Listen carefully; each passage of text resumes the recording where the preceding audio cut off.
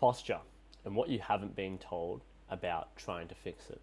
Hey, I'm Lenny, accredited exercise physiologist at Adapt Movement Physiology based in Bulimba, Brisbane, Australia.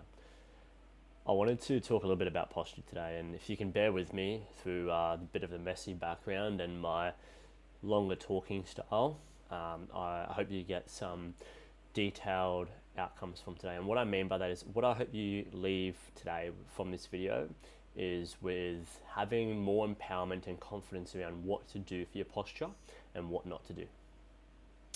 I wanted to start by sort of giving a bit of a story about myself and my experience with posture as well as some of my clients.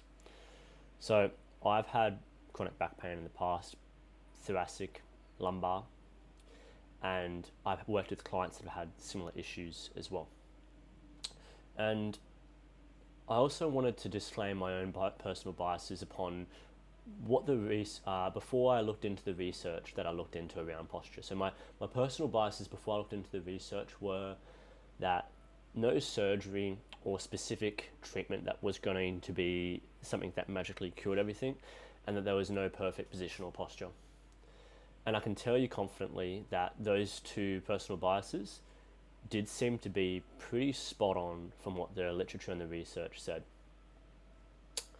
So that leads me to the next point, which is what does the research say around posture?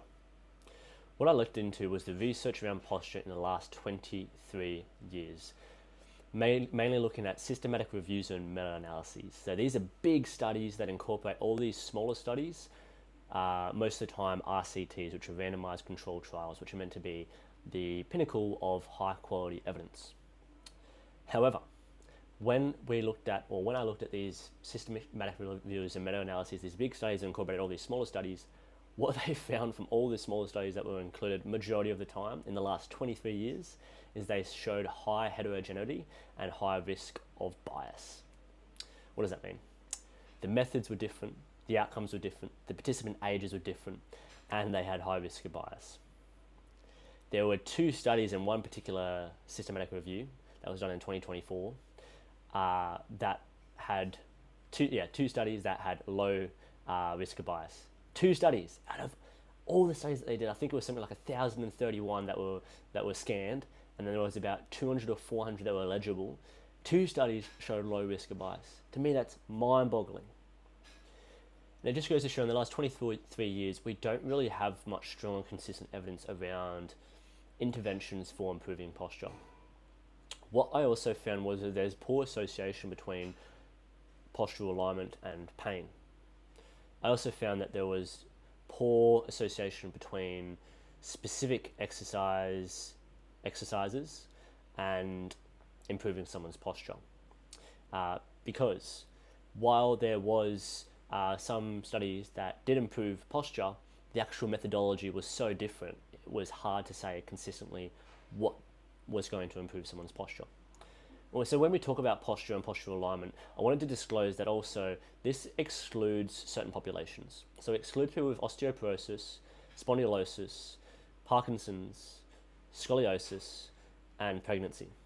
So if you fall into one of those 5 categories, just know that the research I looked at excludes you. For everyone else, most of the time, it's probably going to include you. So if you have posture issues, I guess my main question and thing I want you to think about is, do you actually have postural issues? Because what is posture? When we think about good posture, we think about being in an upright position for most of the time. That's what mainstream media and clinicians and the fitness industry has told us to believe. When we think about poor posture, we think about hunched forward. When we think about incorrect lifting technique, we think about leaning excessively forward with a weight further in front of us. When we think about good lifting technique, we think about straight back.